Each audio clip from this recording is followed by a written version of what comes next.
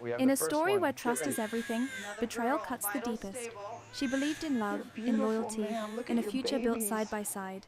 But while she was giving her all, the truth was quietly unfolding behind her back. Lies hidden in plain sight. Secrets waiting for the right moment to destroy everything. And when that moment comes, it doesn't just break her, it awakens her. Are you ready for tonight? Because from the ashes of betrayal rises a woman stronger than ever, ready to reclaim her life, her power, and her destiny. This isn't just heartbreak, this is transformation. The lesson? Not everyone deserves your trust, but every betrayal teaches you your true worth. Sometimes, the pain you go through becomes the strength you never knew you had. And walking away isn't the end, it's the beginning of something greater. If this story inspired you, don't forget to like, share, and support the channel. Your support gives us the motivation to bring you more powerful stories like this. Thanks for watching. At 31 years old, Anya Sharma was pronounced dead in a Manhattan operating theater. From her body, they delivered two infants, a boy and a girl. Both were breathing, both were crying, as their mother's heart monitor went silent. In the corridor outside, her husband Julian, a hedge fund titan, was staring at his phone. He wasn't praying, he was on a call with his lover, finalizing the hostile takeover of a rival firm. 4 days later, that lover was redesigning Anya's penthouse study. 2 weeks later, she was being profiled in a financial magazine from their Upper East Side home. She posted a photo from Anya's server room, captioning it, "Architecting Tomorrow's Markets." She was certain her victory was absolute. But Anya was an AI ethicist, the mind who built Julian's billion-dollar predictive algorithm. And in its core logic, she had embedded a smart contract, a digital ghost triggered by her own death, a final command that began not with a line of code, but with a simple encrypted condition: if I am gone, execute. And when it ran, it didn't just bankrupt his fund, it exposed a history of market manipulation so profound that his lover, his board, and his investors all realized they were just data points in a dead woman's perfectly executed final trade. This is the story of a mother who secured her children's future from beyond the grave, and it will rewrite everything you think you know about betrayal, love, and the cold, hard logic of a woman who refused to be deleted. We're losing her. Get another unit of Oneg in here, stat. Dr. Miller's voice was a scalpel in the controlled chaos of the delivery room. Sharp, clear, but a line of sweat traced his temple. He had managed dozens of high-risk births for New York's elite. He had never lost a mother, not once, and he swore tonight wouldn't be the first. The monitors shrieked a single, flat tone. It was the sound of a catastrophic failure, a sound he would hear in his nightmares for the rest of his life. The team moved in a frantic ballet of surgical green, a flurry of gloved hands and clipped commands. One surgeon worked to stop the hemorrhage, a nurse slammed blood bags onto the IV stand, another relayed numbers to the anesthesiologist. Anya Sharma lay on the table, 31 years old, 35 weeks pregnant with twins. Dark strands of her hair were matted to her pale skin, her lips turning a faint shade of blue. Her fingers were curled tightly around a small, encrypted hardware key she wore on a silver chain, the Genesis key for her entire financial platform. 2 new variables, she had told him with a faint smile weeks earlier, were about to become her life's most important model. Her eyelids fluttered, her gaze finding Dr. Miller's. She tried to form a word, her voice a fragile whisper, nearly drowned out by the alarms. "Tell them," she breathed, "the fail-safe. For them." Then her eyes slid shut. The crash cart clattered into the room. Dr. Miller began compressions, shouting for the paddles, pushing adrenaline into her line. He fought for 9 minutes, 9 minutes that felt like a lifetime. 9 minutes while his team performed the emergency C-section, delivering 2 babies. Arjun was first, then Maya. Both were alive. Both were crying, their first breaths filling the room with a raw, powerful sound. Their mother was not alive. Their mother was not crying. Their mother was gone. Dr. Miller stopped, pulling off his gloves. He looked at the digital clock, 9:14 p.m. He would never forget that time. Time of death, he announced, his voice cracking on the last word, 9:14 p.m. The room fell quiet, not silent. The machine still beeped, the baby still cried, but the frantic tension snapped. It was the heavy stillness that descends when an immutable fact settles in a room. In the hallway, Julian Croft was leaning against the wall. He wasn't pacing. He wasn't crying. He was studying real-time market data from the Tokyo Exchange on his phone, its cool light illuminating his focused expression. A nurse appeared, her eyes full of sorrow above her mask. She said his name. He didn't look up. She said it again, louder. He held up his index finger, the universal sign for asterisk 1 moment asterisk. She said his name a third time. "Mr. Croft, I need you to come with me. Now." He glanced up, his face a perfect blank. He locked his phone, slid it into the inner pocket of his bespoke suit, and followed her. He never asked if something was wrong. He didn't quicken his pace. He simply walked. The NICU team had the twins settled into their incubators, 2 tiny glass boxes, 2 tiny bundles wrapped in hospital blankets. Arjun and Maya. They were impossibly fragile, but their tiny chests rose and fell in a steady rhythm. Survivors, both of them, just like their mother had been. Julian stood before the incubators, his gaze shifting between them as if he were evaluating 2 new assets. He turned to the nurse. "What's their viability outlook?" he asked. The nurse, shocked by the clinical tone, just blinked and said they were stable. "Good," he replied. "That's good." He didn't ask about Anya. Not yet. Not until Dr. Miller escorted him into a small private consultation room. Not until the doctor stood before him and said the words. Even then, his reaction was one of pure logistical analysis. He closed his eyes, pinched the bridge of his nose, and let out a long, controlled breath, like a man recalculating an acceptable loss. "Was it the preeclampsia?" he asked. Dr. Miller confirmed that it was. "We did everything we possibly could. The event was catastrophic. The internal bleed was beyond our control. I am so very sorry, Julian." He gave a single, sharp nod. He ran a hand through his perfectly styled hair. "But the children are secure," he stated, then quickly corrected himself. "The children, they're secure." "Right," Julian said, exhaling again. "Right, I have to make some arrangements." He turned and walked back into the hall. He took out his phone. He made one call. It was answered on the first ring, not the call of a man fumbling for a contact in a moment of grief, but of someone who had the number ready. "It's done," he said into the phone. "She's gone. Go to the penthouse. I'll disable the secondary security system remotely." He ended the call and stood for a moment, the harsh fluorescent lights of the hospital gleaming on the polished floor. The air smelled of antiseptic. He put his phone away, smoothed his tie, and walked back toward the NICU. For the first time that night, he composed his face into the perfect mask of a grieving husband. Radha arrived at 11:30 that night. She had taken the Acela from Boston, a frantic trip prompted by her daughter's text hours earlier saying the babies were coming. Radha had tossed her tablet into her tote bag and just gone. No checking luggage, no time for anything.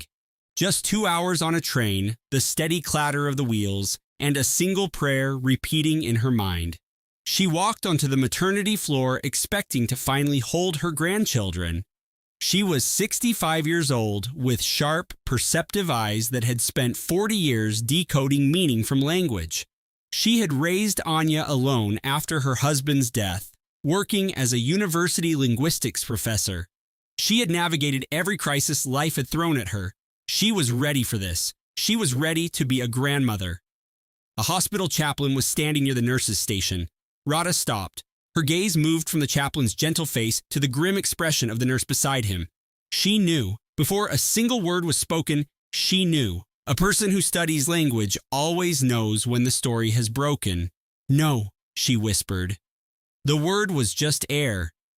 The chaplain came toward her, his voice low, reciting the practiced sentences people use to explain the sudden collapse of a person's world. Radha didn't hear the words. She heard a ringing in her ears, the low hum of the lights, and the faint cry of an infant from a room down the hall. Her grandchild. One of her grandchildren, crying for a mother who would never come. Radha's legs gave out, not into a chair. Right there, in the middle of the hallway, she sank to the sterile floor and covered her face with her hands. And the sound that escaped her was not a word, not a sob, but something far more primal. It was a noise that comes from the very core of a mother's being, where the most unbreakable connections are formed. It was the sound of a soul being torn apart. A nurse knelt beside her, another offered a glass of water. The chaplain simply stood by, waiting. Julian appeared at the end of the hall. He strode over to Radha, knelt down, and placed a hand on her shoulder. "I'm so sorry, Radha," he said, his voice impossibly smooth. "She fought so hard. The babies are okay, both of them. She would want us to be strong for them." Radha looked up, her vision swimming with a grief so total it felt like her own system had failed. She looked at her son-in-law, and somewhere deep in her mind, a lifetime of spotting false narratives, of seeing the flaw in a perfect lie, took over. A warning signal flared. She nodded, saying nothing. She let the nurses help her to her feet. She wiped her eyes on the sleeve of her coat. She asked to see the twins. The NICU was quiet and warm, the air filled with the soft, rhythmic pinging of monitors. Eleanor stood before Leo's incubator first. He was impossibly small, 4 pounds, 7 ounces. A fine dusting of dark hair covered his head, and he had Julian's brow, a miniature determined furrow already there. A nurse with kind eyes helped Eleanor, whose hands were trembling, guide them into the isolet's portholes. She gently brushed the back of Maya's hand with her little finger. Maya's tiny fingers instinctively closed around it. A reflex she knew, just a primal response, but it felt like a connection. It felt like Clara, her daughter, reaching out from the ether, whispering, "I'm still here, Mom. I'm with you." Eleanor stayed for what felt like hours. She moved between them, Leo and Maya. She committed their faces to memory, the delicate rise and fall of their chests, the way Leo's mouth formed a perfect O as he slept, the way Maya would sometimes twitch her lips into a smile at some secret, dream world amusement. She stayed until the charge nurse gently insisted that she needed to rest. She didn't rest. She returned to the private suite overlooking the San Francisco Bay, collapsing into a leather armchair as the city lights blurred into a watercolor streak. After a while, she got up to make some chamomile tea. She wanted to find a password for Clara's Soundscape app, something peaceful for the babies. She picked up her daughter's work tablet from the bedside table. As the screen came to life, so did a security alert, an access attempt on their encrypted family server. It was time-stamped from yesterday afternoon, during the last harrowing hours of Clara's life. The IP address pinged from a luxury wellness retreat in Napa. Julian had been right there, clutching Clara's hand. He never left her side. Eleanor stood paralyzed in the silent, opulent room, the ceramic mug slowly fracturing in her grasp. Hot tea seeped out, a sudden sharp heat against her skin, staining the cuff of her cashmere sweater. She hardly felt it. From the next room, she could hear Julian on a call. His voice wasn't strained with grief. It was sharp, quiet, and efficient. She caught the phrases, "accelerate the launch timeline," and "new leadership structure." Eleanor sank onto the velvet settee. She placed the broken mug on the polished chrome table. She pressed her hands together, squeezing until her knuckles went white. She didn't rest at all that night, but a plan began to take shape. The memorial was set for Friday. Calla lilies, elegant and white, were arranged in towering sculptures throughout the main hall of the city's modern art museum. 300 people occupied the rows of sleek chairs. There was no casket. Eleanor had been insistent. She refused to have 300 of his colleagues gawk at a box as if her daughter were inside, murmuring about the awful tragedy like it was a dip in the NASDAQ. The gallery smelled of lilies and concrete and the clashing, expensive scents of Silicon Valley's power players, all convened in one vast sunlit space. Afternoon light streamed through the floor-to-ceiling windows, casting long, stark shadows across the polished floor. The scene was sophisticated, beautiful, and utterly cold. The light didn't seem to notice that Clara Thorne was gone. Julian stood at the lectern.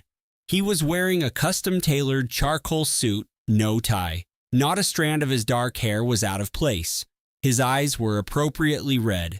He spoke without notes, his voice carrying the smooth, confident tone of a keynote address. "Clara was my source code," he began, his voice cracking with theatrical precision on the word source, just for a moment, just enough to capture their undivided attention. 300 guests leaned in. 300 venture capitalists felt his pain. She was the most innovative, most compassionate, most brilliant mind I will ever be lucky enough to partner with, he went on. She invested everything she had into our platform, into our family. She was building our legacy, our 2 children, and she protected them with every ounce of her spirit. That was Clara, a visionary, a mother, the designer of my entire world.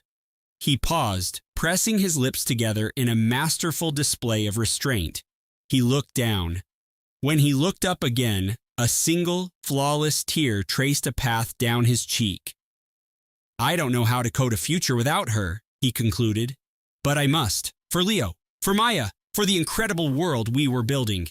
He stepped back from the lectern. The room erupted in soft, reverent applause. Many of them got to their feet, a standing ovation for a pitch-perfect performance of a grieving husband.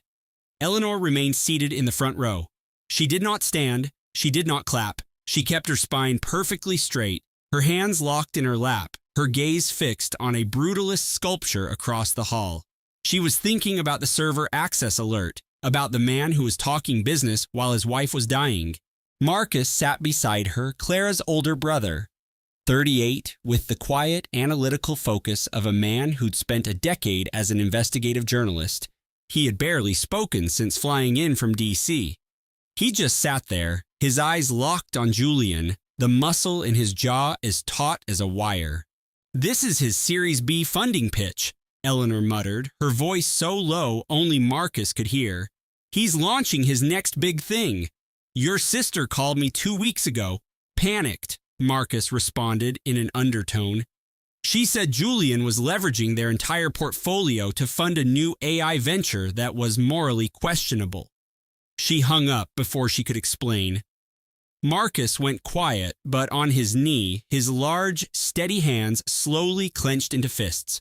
Near the back of the gallery, a woman scanned the room with the cool assessment of a C-suite executive, Isabella Vance, the head of strategy at Julian's company.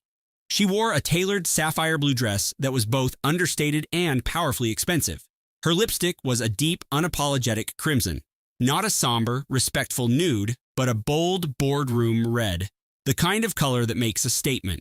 The kind of color that says, "I am here and I am in charge." She was in the second to last row. She shed no tears. She watched Julian's performance with an unreadable look. Was it compassion or was it a debrief? The expression of a co-founder securing their next round of funding. After the service, the crowd was directed to a reception at a chic rooftop bar in the Mission District. No sad casseroles here, just servers circulating with flutes of champagne and trays of artisanal appetizers. Eleanor stood by a massive floral installation, accepting hollow sympathies, cheek kisses, and the same tired refrains. She's in a better place. The children have their own angel investor now. You must be strong for them. Time is the great healer. Time doesn't heal, Eleanor thought. It just carves you out, making more space for the rage. Chloe, Clara's best friend from Stanford, found her near the bar. 36, with a cascade of blonde curls and eyes puffy from 4 days of solid crying. "Ellie," Chloe said, clutching Eleanor's arm, "I have to tell you something. I talked to Clara about a month ago. She said something odd. She said if anything happened to her, I needed to check the original source code for her first app. She said the kill switch is in the Genesis block." She made me repeat it back to her. She was dead serious. Eleanor just stared at Chloe. The low thrum of the party, the clink of glasses, the murmur of tech talk, it all faded to a distant hum. The source code, Eleanor repeated. Chloe nodded. The Genesis block, she meant it. Eleanor processed the information. She asked no more questions. She kept her expression a perfect blank. She just nodded, squeezed Chloe's arm, and murmured, "Thank you." She had learned one thing in her 63 years. When you realize you're in a high-stakes game, you never, ever let your opponent see your cards. And she could feel his eyes on her. Julian's mother, Beatrice Thorne, was across the room, 68, with an architectural silver bob and her customary diamond brooch. She hadn't offered a single word of sympathy to Eleanor since she'd arrived at the hospital. Not one. She hadn't even asked about the twins. She stood with her cabal of Silicon Valley matriarchs, watching Eleanor like a grandmaster studying the board, her eyes shining with cold, calculating light. 3 days after the memorial, Eleanor started a journal. Julian was never present for the 2 a.m. feedings, not once. The new night nurse handled it all. The nurse, a young woman named Sophia, was 27. A quick search revealed she worked for an exclusive nanny service, an agency that Beatrice Thorne's charitable foundation was a major backer of. Julian had hired her less than 48 hours after Clara's death. He hadn't consulted Eleanor. He hadn't asked anyone.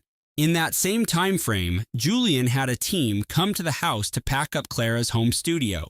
He had already had her personal app development servers taken offline, and her consulting contracts with several nonprofits terminated. Model. Arthur had a team of digital archivists come to their Boston brownstone. Their job was to systematically wipe his late wife's servers, laptops, and personal devices. He didn't ask Diana, his mother-in-law. He didn't consult the woman who had co-authored the code that built his empire. He was erasing every trace of Chloe's digital ghost. Diana watched, her face a carefully neutral mask. As they worked, she quietly plugged a small, nondescript data recovery dongle into each machine before it was wiped, a device Chloe had given her years ago, calling it her digital life raft. On the second day, while looking for a tax document on the family's shared cloud drive, she noticed a recently modified folder. It was titled Project Nightingale. She clicked on it. It wasn't code, it was a set of architectural blueprints for a sprawling nursery designed for a penthouse apartment in the new Seaport development. The interior designer was listed as Isabel Vance. Arthur's voice drifted from his home office, oozing confidence into his phone. "It's handled, Izzy. The servers are being scrubbed clean. The new trust is finalized. Our beginning is just around the corner." A new event then populated the shared family calendar, bold and unmissable. Finalize Nightingale Trust. It was scheduled for next Tuesday. Diana stared at the screen, a cold, heavy certainty settling in her stomach. She brewed a pot of tea, the strong English breakfast blend her daughter had loved, forgoing the milk and honey she preferred. She stood at the bay window, looking out over the manicured trees of the Boston Public Garden. The folder wasn't hidden. That was the detail that transformed her grief into a colder, sharper emotion. It was an act of supreme arrogance, a declaration that the grieving mother was too technologically inept, too emotionally shattered to comprehend their scheme. It was a profound misjudgment. Diana walked into Chloe's home office, the one room Arthur hadn't dared to touch yet.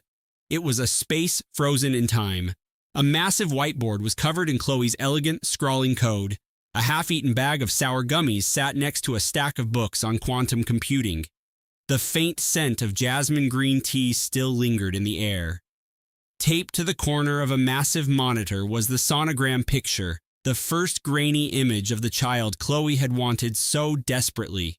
Her daughter had been right here in this chair, brilliant and alive, building worlds with lines of code, tapping her pen against her teeth as she solved an impossible problem, resting a hand on her belly, dreaming of the future. Diana gripped the back of the leather chair, her knuckles turning white. She would not let grief drown her. Rage was a weapon, and she intended to wield it. She stayed in that office for hours, the silence broken only by the hum of the servers in the closet. When she finally emerged, her tea was cold. She watered a drooping fern with it. She returned to the living area and gave the nanny a gentle, convincing smile. She quietly checked on her sleeping grandchild, placing a soft kiss on his forehead. She even complimented Arthur on the elaborate dinner he'd had delivered, pretending to believe he'd cooked it himself.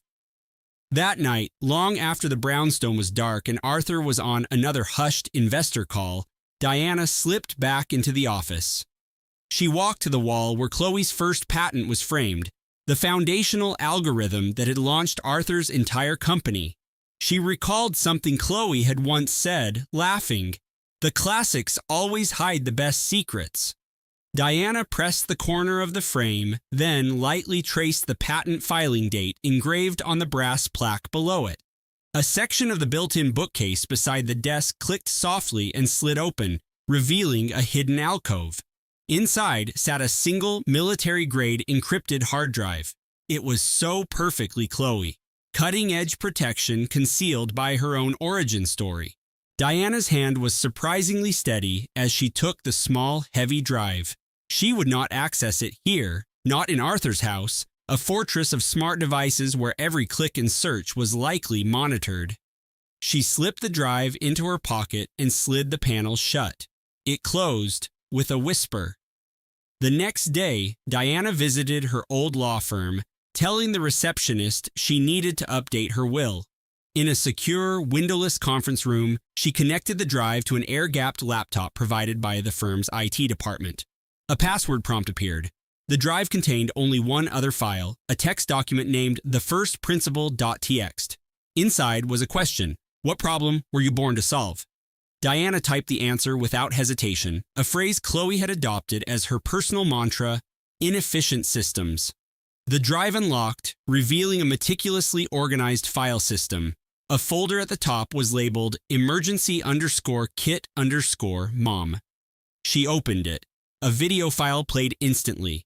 Chloe was on the screen, looking tired but fiercely determined. "Mom," she said, her voice unwavering, "if you're watching this, my greatest fears came true. You cannot let him raise my son." The drive contained a complete digital dossier. Diana watched her daughter's video twice before she could breathe properly, then opened a document titled The Long Con. Chloe's writing was as precise and logical as her code. The document began without preamble. "Mother, Arthur will claim the pregnancy made me paranoid and unstable. He has been building this narrative for months. Do not believe him. I discovered he was diverting capital from our joint R&D fund into a shell corporation. The beneficiary was listed as Vance Strategic, but the funds were being used to acquire a portfolio of patents that would directly compete with my own work." Diana's hands started to shake as she read. "He was financing a rival venture for her, using our money behind my back. When I confronted him with the transaction logs, he denied everything. He told me I was misreading the data, that my pregnancy brain was making me irrational and conspiratorial. He insisted I take a medical leave of absence, claiming my stress was a danger to the baby." The document was more than 30 pages long, cross-referencing everything. Encrypted emails scheduling secret meetings, digital receipts for a private suite at a boutique hotel on Beacon Hill, a payment authorization for a diamond necklace, one Diana had never seen, from a custom jeweler. Chloe explained that she had hired a forensic accountant who confirmed the scheme. The woman was Isabel Vance, 38, a brand strategist. They had been working together for 5 years, but it was the last section of the report that made Diana's blood run cold. It was a series of audio files. Chloe had started recording their arguments. "I am making this recording," Chloe's voice stated calmly at the beginning of the last file, "because Arthur has been meeting with his estate lawyer. He inquired about the clauses in our postnup regarding intellectual property rights after the death of a spouse. He asked about the legal framework for contesting a will on the grounds of diminished mental capacity. And yesterday he asked my obstetrician if women with my specific blood type were at a higher risk of sudden complications during the 3rd trimester. His voice was unnervingly placid, as if he were discussing a minor dip in the stock market. Diana felt a chill creep over her despite the stuffy air in the study. her eyes locked on the laptop screen. A frantic pulse hammered against her eardrums. She made herself continue reading. I've already taken precautions. Our estate lawyer helped me amend my will and establish a new trust last week. Should anything happen to me, my entire personal inheritance is yours, and all my shares in our joint property ventures will be placed into a secured trust for the children. Arthur is explicitly excluded. I realize how severe this sounds, but a man who can weigh the monetary advantages of his pregnant wife's demise has forfeited any claim to her assets. He has forfeited any claim to her children, and he will not be the steward of her legacy. The message concluded, I pray you never have to see this. I pray my paranoia is just that. I hope I walk out of that hospital with 2 screaming healthy babies, and we can erase all of this and joke about my pregnancy hormones. But if I don't, if the worst comes to pass, you now hold the tools you need. Fight for them, Mama, the way you always fought for me. You're the most formidable woman I know. You are the only one I trust with their lives. I love you. Now, go be their grandmother. You're Clara. Diana methodically copied the document onto a flash drive and then ejected it. She buried her face in her hands, the quiet of the small room feeling absolute. The faint hum of the city's nightlife was the only sound left in the world. Sorrow had become a luxury she could no longer entertain. Diana had moved beyond the searing pain of loss into a state of frigid, focused rage. She gazed at the illuminated screen of the small tablet, at the password-protected folders, the property spreadsheets, the broken audio files. Her daughter, Clara, had been a giant in the architectural world for a decade before she met Arthur. She could structure a development deal with the same precision she used to restore a historic facade. She knew how to chart a project's course. She understood that in the cutthroat world of luxury real estate and zoning battles, verifiable data was the only currency that mattered. The contents of the drive were a masterclass in meticulous documentation. The proof was camouflaged within folders named after project sites and building codes. A file labeled with a zoning ordinance number held the records for offshore accounts. Another named after a structural engineering study contained private text exchanges, and one titled Phase 3 Permitting held draft legal filings. Even while carrying twins and being systematically undermined by her husband, Clara had been methodical, clinical. She had been drafting the schematics of his treachery. Diana started the car. She drove through the humid, palm-lined streets to Ben Carter's office tower in downtown Miami. It was almost 11 p.m. She had not called ahead. She pulled into the visitor garage, walked across the marble lobby, and took the elevator to his floor, clutching the small device that held the final, damning project of her only child. Ben, a man in his late 40s with the piercing eyes of a litigator, opened the door to his corner office.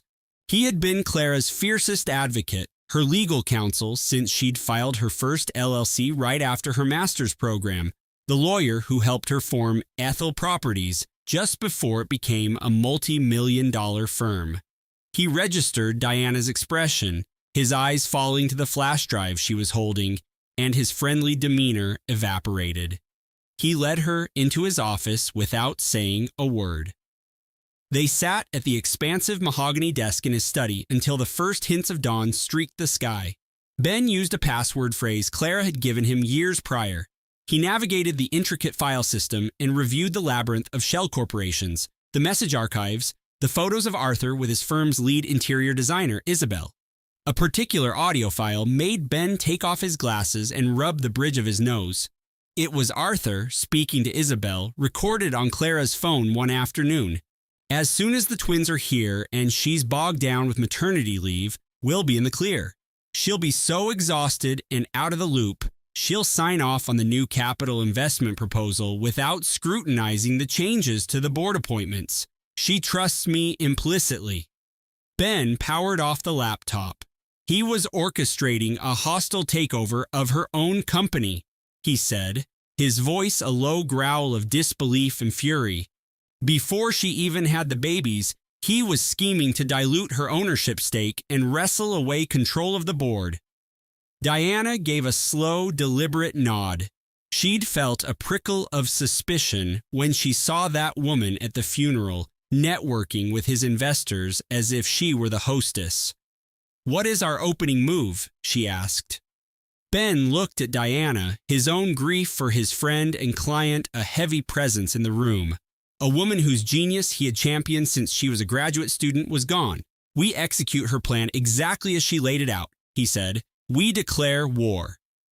2 weeks after the service, Arthur informed Diana it was time for her to leave. He did it over espresso from a local roaster Clara had adored. Diana remembered how Clara's entire face would brighten when she described the different roasts. Now, Arthur was using her favorite porcelain cup as if it were a cheap diner mug, an object stripped of its history, of her. "Diana," he began, his voice syrupy and patronizing, the practiced tone of a developer accustomed to managing dissent.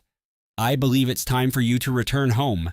Liam and Nora require a consistent, optimized environment, and your presence is introducing, let's call it a chaotic element we need to manage."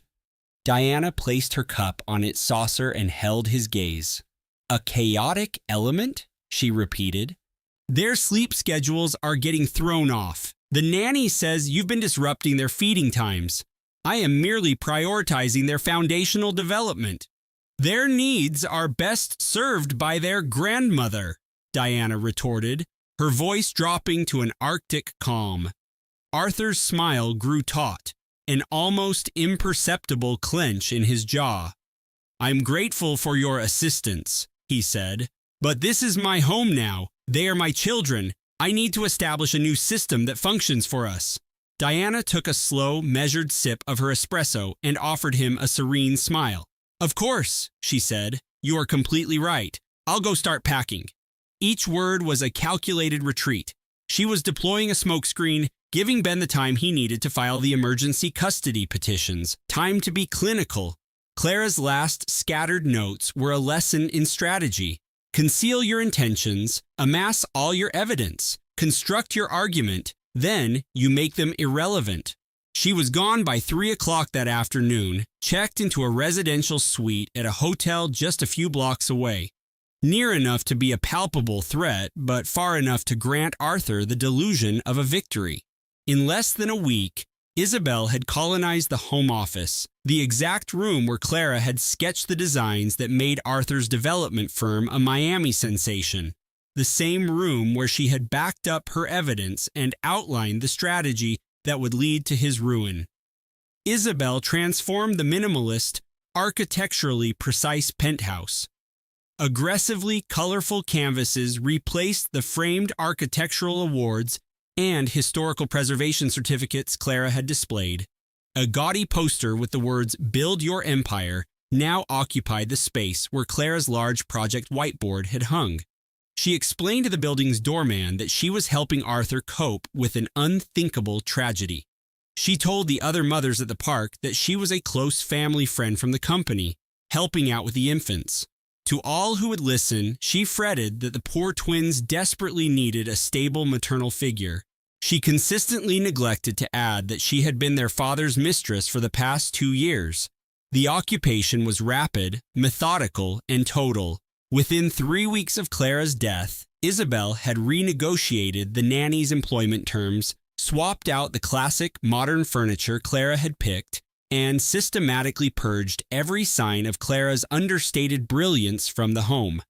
One evening, Michael, Clara's brother, called Diana, his voice choked with anger. "Diana, you are not going to believe this. Check Isabel's latest post on her professional blog."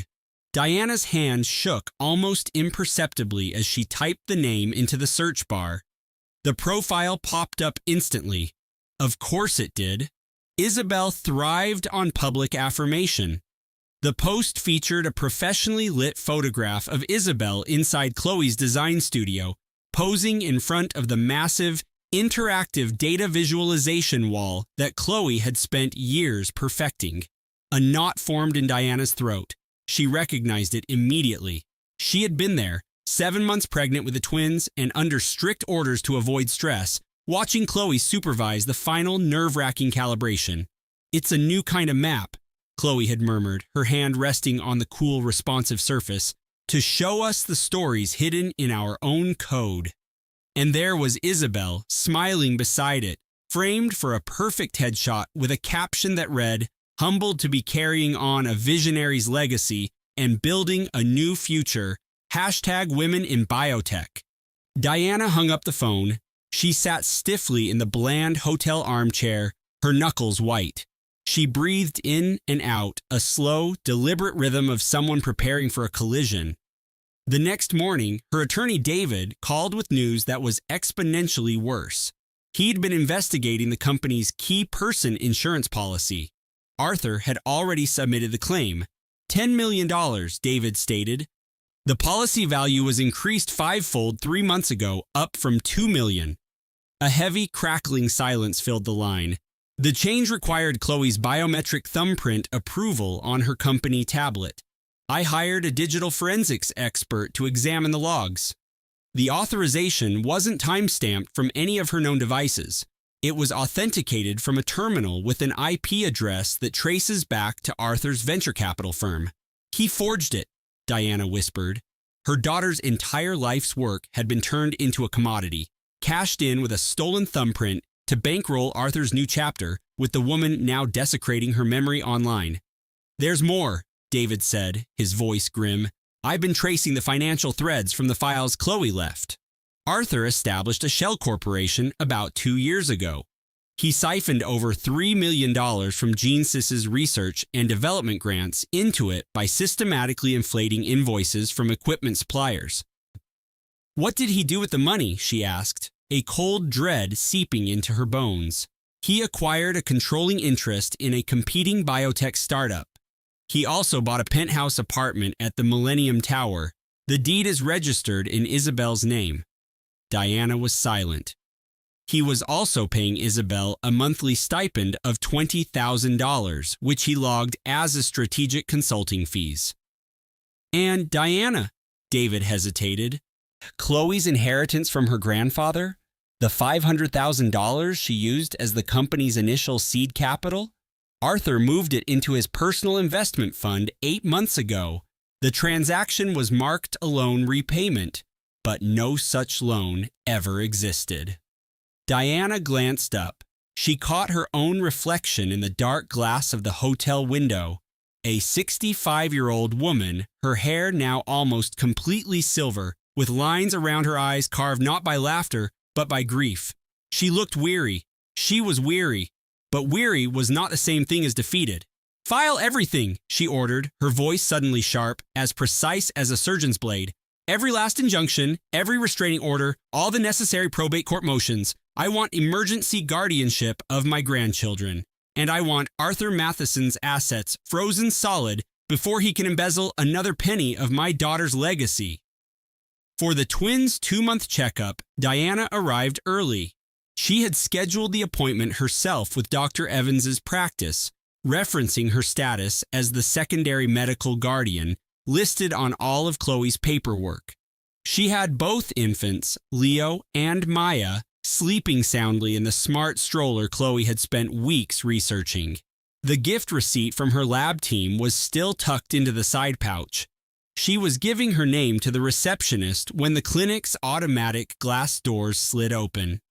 Isabel strode in, a ridiculously expensive diaper bag slung over her shoulder, her makeup impeccable, her smile radiating a confident warmth. She walked straight to the front desk. "I'm here for the Matheson twins," she announced, her voice ringing clear and steady in the quiet, modern clinic. "I'm their designated healthcare proxy."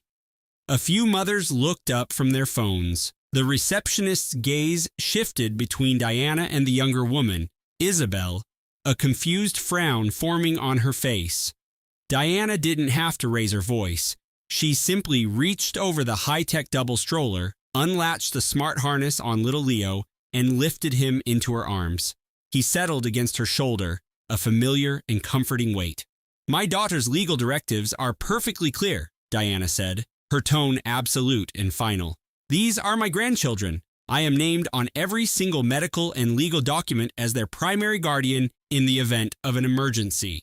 This woman is an associate of their father's. She has no legal standing here. Isabel's carefully practiced smile wavered for a fraction of a second. Arthur specifically asked me to be here, she retorted. He wanted me to manage this. Arthur isn't here, Diana replied, her voice cool as ice. I am. Turning her back on Isabel, she carried Leo toward the exam rooms. The pediatric nurse, grasping the situation instantly, took hold of the stroller with Maya inside and followed Diana. Isabel was left standing alone near the entrance, clutching a designer baby bag that was now utterly useless. After the appointment, Diana hailed a taxi to the waterfront. She located a secluded bench along the Charles River Esplanade, one with a view of the Cambridge skyline that Chloe had always loved. She sat down, pulling her wool coat tighter against the brisk wind coming off the water. Chloe Ann Matheson, beloved daughter, innovative designer, true partner. Diana did not cry. She watched the gray water move against the stone embankment, preparing herself for the fight ahead. Tulips. Chloe had adored the explosion of tulips in the public garden each spring. Diana brushed a dry leaf from her trousers. She could almost feel her thumb tracing the letters that would one day be etched into cold granite. Beloved wife, devoted daughter, visionary designer. 4 words, all of them true, but they left out the most critical one. Archivist. That's what her daughter had been forced to become. An archivist who had secretly assembled an impenetrable case file using layers of encryption, Go servers, and meticulously documented code repositories. An archivist who had to build her case in secret because the man she loved had convinced her that her sharp, accurate instincts were just symptoms of tech industry burnout. Diana remained there until the city lights began to glitter on the river's dark surface. She rose, her muscles stiff from the cold, and rested a hand on the chilly metal of the bench. I found the drive, Chloe, she whispered to the wind. I have the master key. I will not let him be the one to tell your story. She started the long walk back into the city. The evening haze had begun to soften the tops of the skyscrapers, painting the sky in the precise shades of slate gray and lavender that Chloe had hand-picked for the twins' nursery.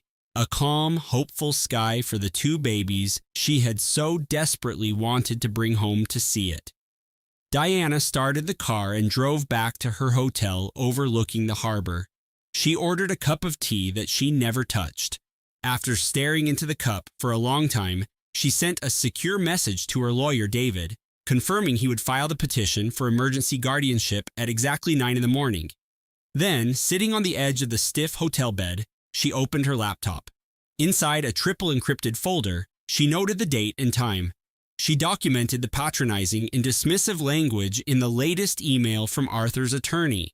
She took high-resolution screenshots of every single one of Isabel's saccharine social media posts, which were being broadcast from inside Chloe's own home.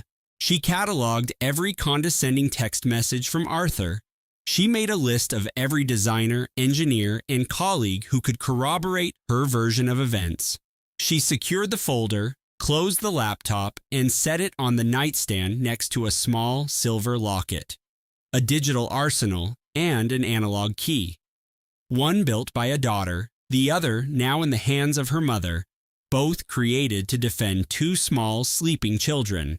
Arthur's lawyer was Rex Vance, a name infamous for scorched earth litigation tactics and non-disclosure agreements that could muzzle entire companies.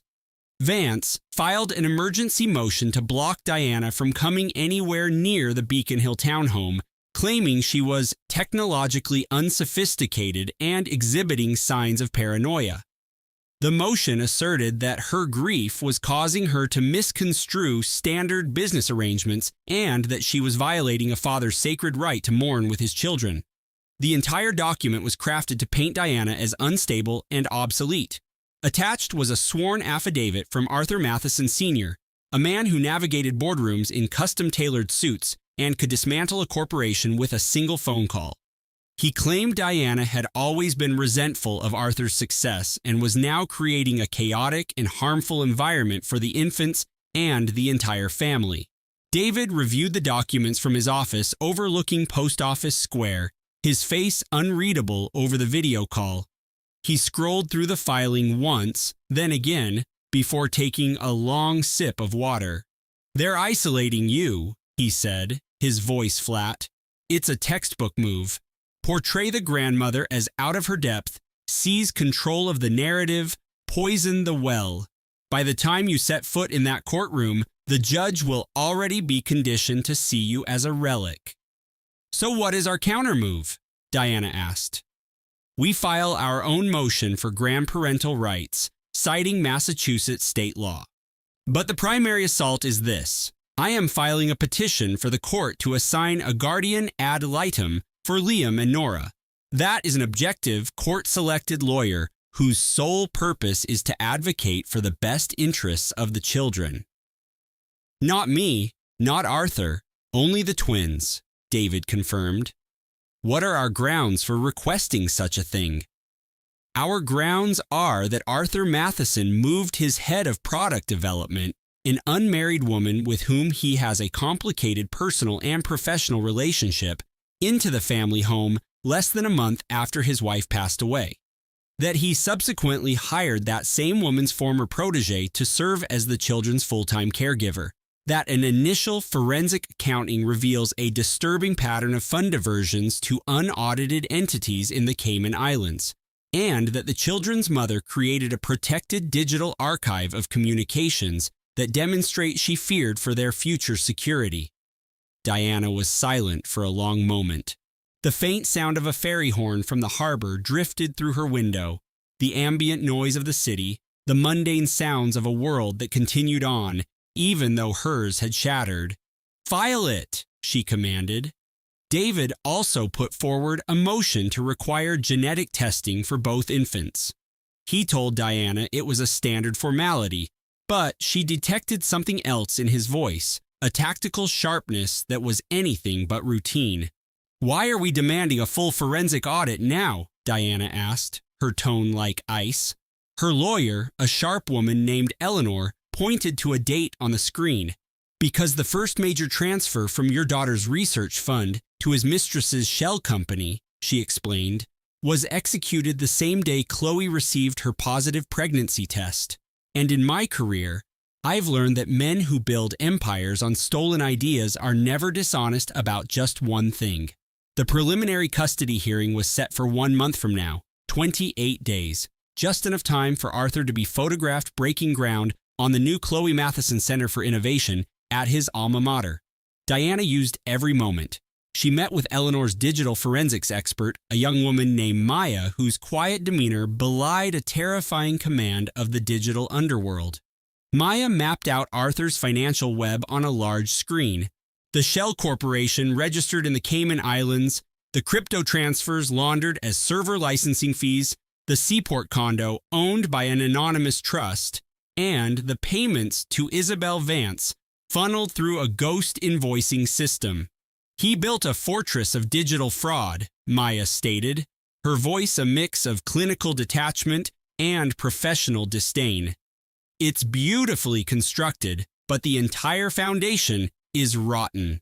Chloe's former lead engineer had already submitted a sworn affidavit.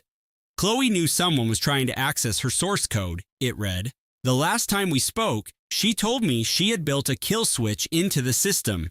Her exact words were, 'If anything happens to me, I'm lighting a match and burning the whole thing to the ground.'" Liam remembered the urgent call from Genevieve, asking for his help soundproofing her home library, which she was converting into a nursery. He recalled her peculiar insistence on using military-grade security encryption on her new writing server, a move that seemed extreme for an author of historical fiction. He described a witty, fearless writer who, over the course of her marriage to Arthur, had been systematically eroded from a literary force into a shadow of herself. "The light just went out of her," Liam told his lawyer, his voice thick with regret. "Especially this last year. She withdrew her book from the National Book Award consideration. She canceled her speaking tour. There was always a new reason, a sudden bout of writer's block, or a manufactured crisis at Arthur's development firm. always followed by a quick defense of him. I should have pushed back. I should have seen how he was editing her soul. I didn't, and that's on me now. Her agent Hannah flew in from New York and took the hotel suite next to his. She arrived with a laptop bag and a quiet fury that was both grounding and intimidating. "I'm not here for a spectacle," she told Liam, "but I'm not going home. Not until that man pays for what he did to her." The days leading up to the arbitration felt like a vacuum, a crushing silence that made Liam's own heartbeat feel like a drum. He spent his mornings in the hotel gym, on the rowing machine, pulling with a brutal, steady rhythm, the only forward motion he could control. In the afternoons, he combed through the final manuscript Genevieve had left behind. Liam had a forensic analyst unlock the manuscript's final, password-protected chapter. It wasn't a work of fiction, it was an affidavit. A perfectly structured timeline of annotated research notes, digital breadcrumbs, and encrypted chat logs that documented a quiet, heartbreaking investigation. The early notes were full of light. Asterisk research note, week 10. We saw the first sonogram. A tiny, perfect flicker. I had to sit in the parking lot for 10 minutes before I could drive. I was so full of joy. Arthur just held my hand. I don't think it's real for them until they can hold the baby. Asterisk research note, week 13. The morning sickness is brutal, but I couldn't care less. One perfect heartbeat. I would feel this way for 9 months straight if it meant he was healthy. Asterisk research note, week 17. We're debating names. Arthur likes traditional. I want something literary. We landed on Rowan after the poet because Genevieve thought it felt both gentle and strong. Asterisk. Then the tone of the evidence shifted, a slow descent from nagging doubt to terrifying certainty. Asterisk research note, week 21. Arthur felt him kick for the first time. He actually teared up. For a moment, I let myself believe I'd imagined all the bad stuff. Asterisk research note, week 23. He backed out of our birthing class, claimed a zoning commission had called an emergency weekend session, a total crisis. An alert for a new file in a shared research folder popped up on my laptop later that night. Project Rowan, site blueprints, CS approval. Our anniversary is in October. My initials are GV, not CS WAF asterisk research note, week 25. I found a booking confirmation in his deleted emails, a private helicopter charter to a remote island in the Grenadines for a weekend he was supposedly at a builders convention in Las Vegas. I found the flight manifest through a public records search. Asterisk research note, week 29. I looked up the other passenger, Chloe Sterling, the junior architect who oversaw his flagship skyscraper project, the woman he brought to the museum benefit last fall. Just a promising new hire, he'd said. Asterisk research note, week 31. I used my old research software to recover data from our home network's backup drive. He was beta testing a new security system. He had searched offshore asset protection for developers and non-extradition countries' child custody. He was doing this before we had even chosen a color for the nursery. He was building his exit while we were building a family. Liam closed the laptop. He rested his hand on its cool metal surface, as if he could feel the phantom impression of his sister's fingers as she had documented each betrayal, cataloging every lie, all by herself, while carrying a child as her husband engineered an entirely different future. He scrolled to the last document. Asterisk research note, week 33. The last entry, dated 4 days before she went into labor. I'm not staying because I'm afraid. I'm staying because I am carrying our son and there is nowhere his influence and his lawyers couldn't find us. But I am preparing. Every single day, I am preparing. My agent has no idea. No one does. But they will. When it's time, they will. She had been outlining a new life with one hand and footnoting the demolition of her old one with the other. choosing classic novels to read to her son and cross-referencing expense reports for his father's secret getaways during the same long nights. A woman fighting a war on two fronts, wrapped in silence because her husband had masterfully gaslit her into believing her own brilliant intuition was just a symptom of pregnancy-induced anxiety. Liam powered down the laptop. The small device sat on the hotel desk, its screen black. Two narratives of a single life, a mother's fierce devotion and a wife's cold logic, stored on one piece of hardware in a quiet Chicago high-rise. He turned off the lamp and sat in the deepening twilight, listening to the hum of the city far below. He thought about his Genevieve, the clever, fiery author she was before she met Arthur. The kind of woman who could hold a lecture hall captivated, who filled notebooks with story ideas, who hummed classical music terribly off-key but with boundless happiness while she drove. The person she had been was gone, carefully deconstructed and replaced with a version that was more cautious, more guarded. A woman who chronicled her own life like a historian verifying a primary source, because she knew with absolute clarity that her word alone would never be enough to challenge his power. Chloe Sterling pulled a cashmere throw over her shoulders, looking out at the glittering panorama of the Chicago skyline from the penthouse apartment. "You knew, didn't you, my brilliant woman?" she whispered to the empty room. "You knew all of it, and I am so profoundly sorry I didn't understand what you were trying to show me." The floor-to-ceiling window reflected only her own faint image. The building's climate control system emitted a low, steady hum. The silence was heavy. From a street far below, the distant sound of an ambulance siren briefly cut through the quiet. Chloe had no plans to sleep. She was conserving her strength. She would need all of it for the fight that was coming. The boardroom on the 63rd floor felt sealed off from the world. Vance Development and Holdings. The air smelled of aged wood and calculated risk. The modern light fixtures cast sharp, clinical shadows across the vast stone conference table. Chloe wore a simple navy blue dress that Genevieve had once convinced her to buy. Tucked inside her portfolio was a single thumb drive, a tiny piece of data that held the power of a controlled explosion.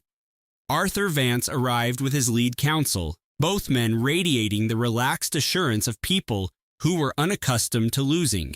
Arthur projected an aura of dignified grief, the very model of a man with a heavy heart but a clear conscience. From his position at the head of the table, he gave Chloe a short, condescending nod. With the practiced gravity of someone performing the role of the widower, Arthur sat beside Kendra Vance, the rising star architect at his firm. Chloe made a point of not looking at her. Her attention was fixed on the arbitrator, waiting for the hearing to begin. Arthur's lawyer, a slick operator named Morrison, launched into his opening statement.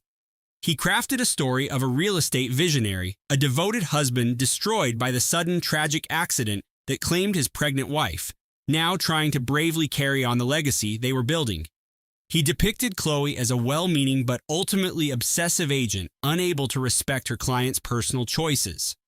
He used the word overbearing 3 times. He deployed the phrase distorted by grief twice. He implied that Chloe's sorrow had led her to invent a conspiracy where there was only heartbreak, casting herself as a protector instead of an interloper. The man was good. Chloe had to give him that. He had the kind of deep, soothing voice that communicated wealth and absolute authority. Then, Kendra was called to speak. She described Chloe as a woman who had never approved of Arthur, someone who was constantly sowing doubt in Genevieve's mind.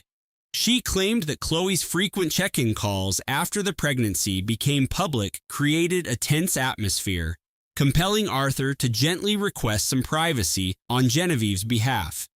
She testified that Chloe's questions about the couple's financial planning were persistent and unprofessional.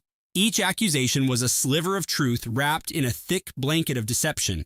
That was the brilliance of their approach. They were not inventing things out of thin air. They were masters of recontextualization, of bending the truth to fit the shape of their preferred narrative.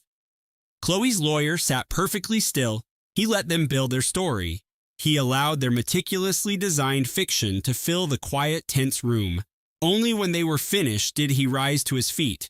"Mr. Arbitrator," he said, his voice even, "we will show that Mr. Vance's version of events is not just a skewed perspective, but a methodical and intentional fabrication." He explained the existence of a coded narrative hidden within the final manuscript of Genevieve's last novel, accessed through a key phrase in her private author's notes. He then produced the property deeds from a discreetly owned trust, showing monthly six-figure transfers to Kendra Vance for a consulting fee on a private residence she was designing for Arthur in the Grenadines.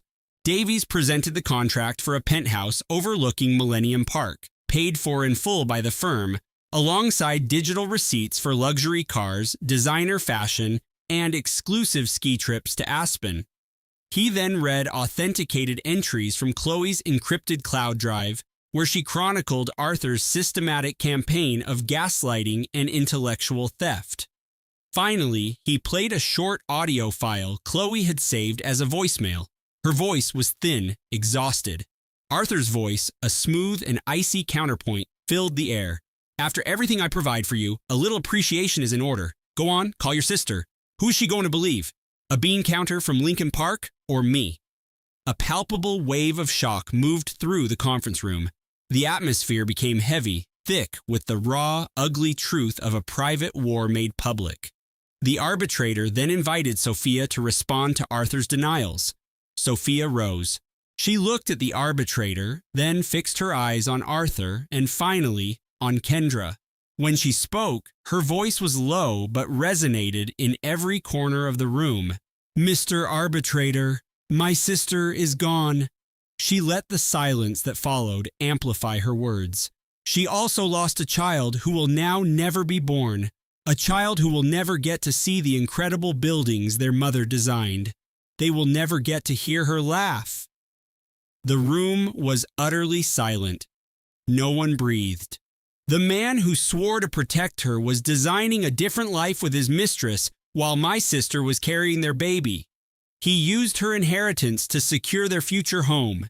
He cut her off from her family piece by piece. And now he dares to stand here and claim my devotion to my sister is some form of emotional instability. Her voice hardened, acquiring a sharp, steely edge, the sound of grief forged into unwavering purpose. "I am not here today because I am unstable. I am not here because I am broken. I am here because my sister knew this was coming. She left me a blueprint. She left me a chronicle of truths. She was too intimidated to speak herself. She gave me a sacred mission, and I intend to complete it." The arbitrator observed Sophia for a long, quiet moment. His gaze shifted to Arthur. He glanced at the hefty binder of evidence Sophia's lawyer had submitted. He granted an immediate injunction, freezing Arthur's control over Chloe's professional portfolio and all related intellectual property. He named Sophia the temporary executor of the estate. He denied the motion to dismiss Sophia's challenge. A single pulsing vein emerged on Arthur's temple, a small, furious signal. Sophia noticed it. She met his enraged stare and refused to look away. In the marble hallway, David was pacing. As a character witness, he hadn't been permitted inside during the testimony.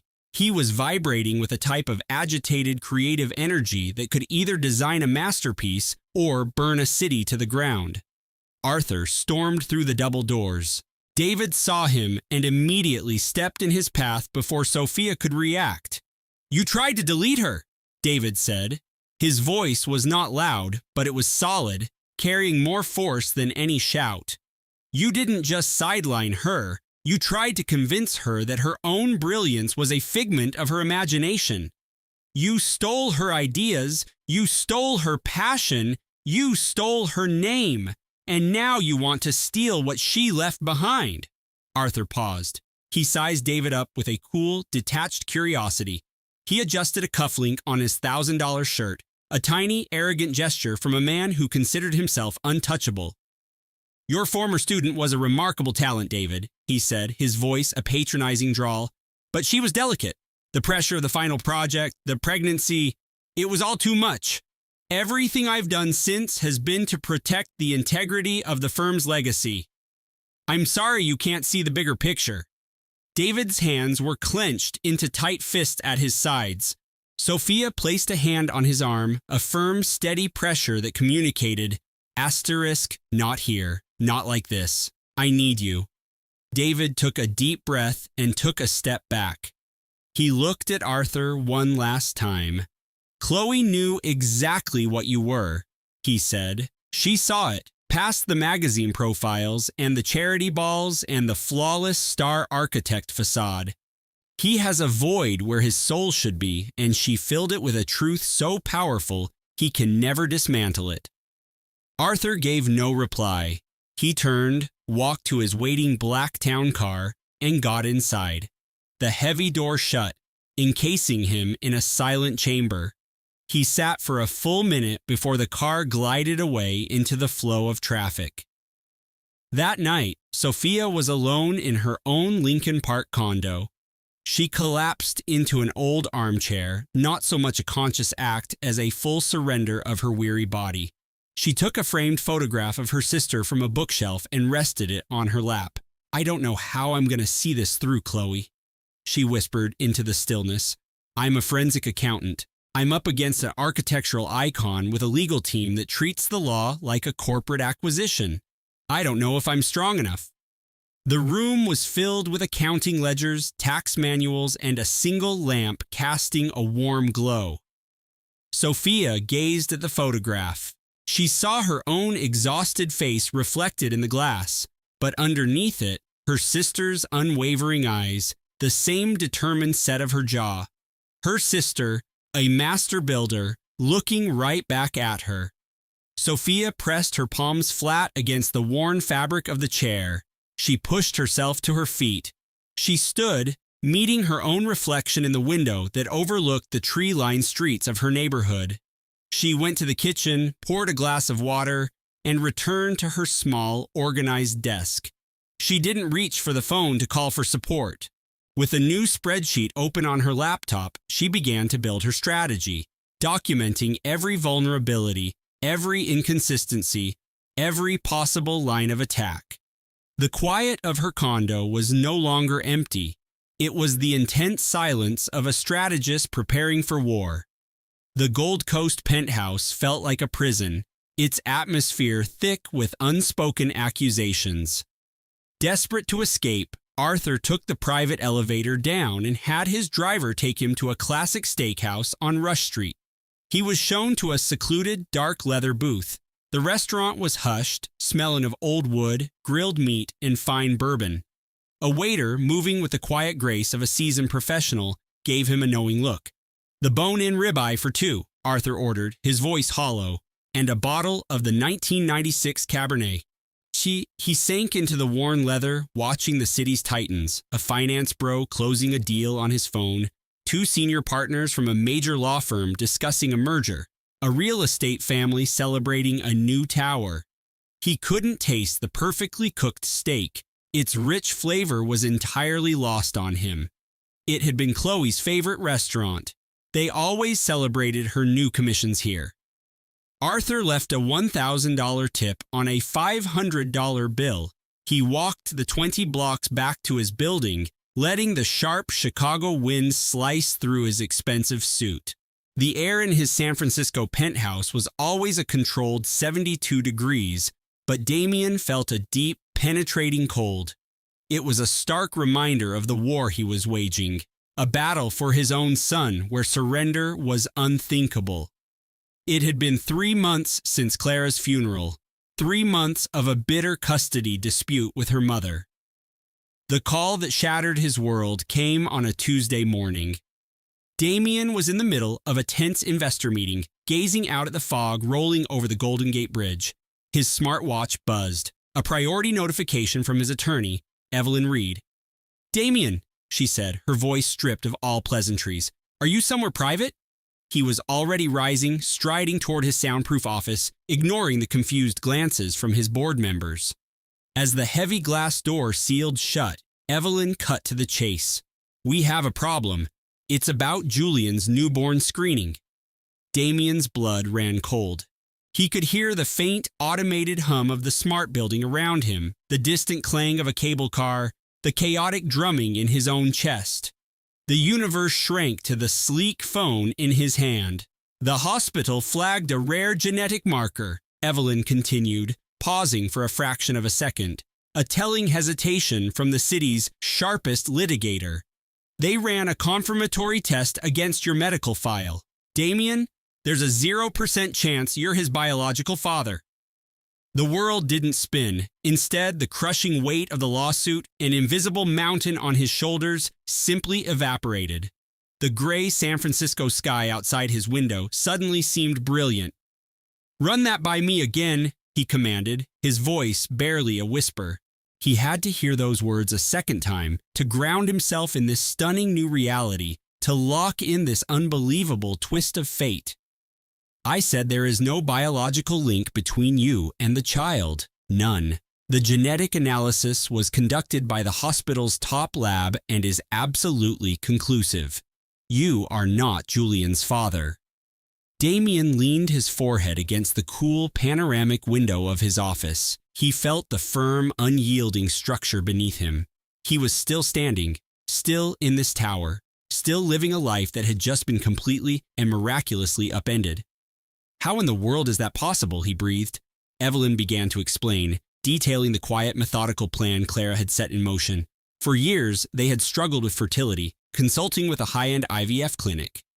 Damien had always been told his genetic profile was exceptional, the ideal foundation for the Thorne dynasty. When the clinic's director recommended screening for a rare hereditary neurodegenerative disorder present in his family, Damien had scoffed, offended by the notion of any flaw in his DNA. Clara's medical records, which Evelyn had subpoenaed, showed she returned to that clinic a week later, alone. She signed consent forms for a meticulously screened anonymous donor. Damien Thorne's name was nowhere on the critical documents. "She knew I would never agree," Damien said, the enormity of her secret finally settling in. "Precisely," Evelyn confirmed. "We found an encrypted journal entry she left with her estate planner. It says the geneticist warned her there was a significant probability of passing on the disorder from your paternal line. They strongly advised against using your genetic material, so she chose another path. She didn't tell you." Damien was silent for a long time. He thought of the high-tech, bio-optimized nursery he'd had built, a shrine to a flawless bloodline. "Why Evelyn? Why did she hide it from me?"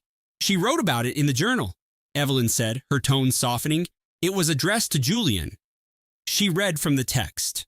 "The doctors made it clear," Clara had written, her words calm and certain.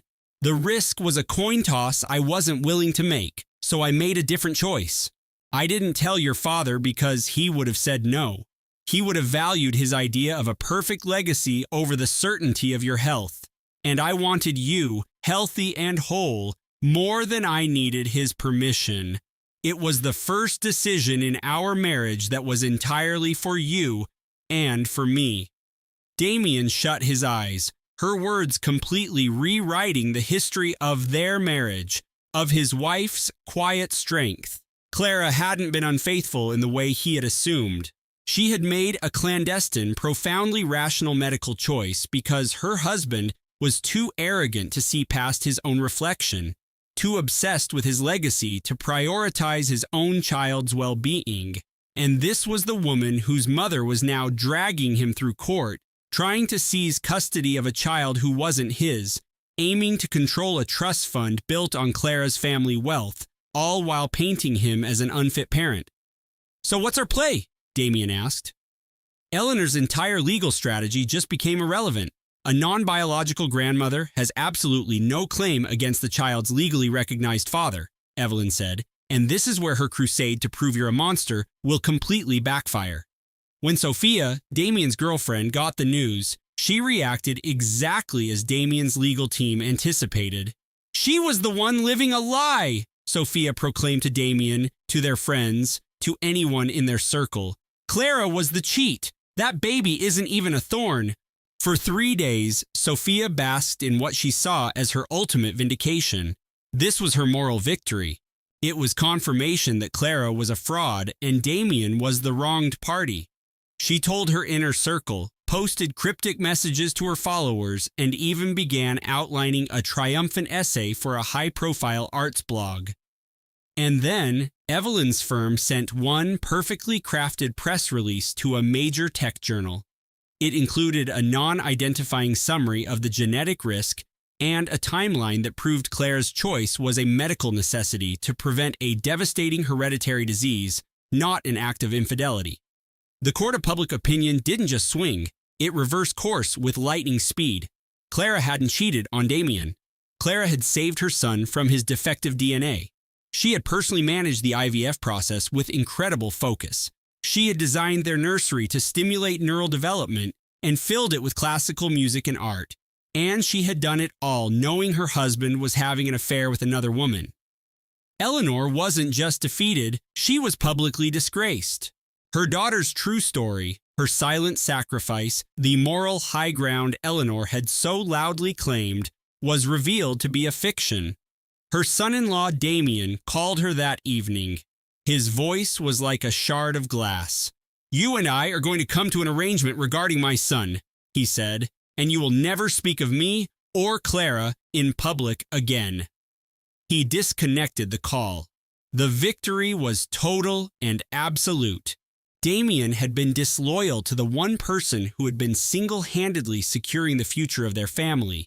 He had deceived her, carried on a public affair, and prioritized his ego, all while Clara was quietly navigating the grueling, lonely world of medical consultations, injections, hope, and heartbreak.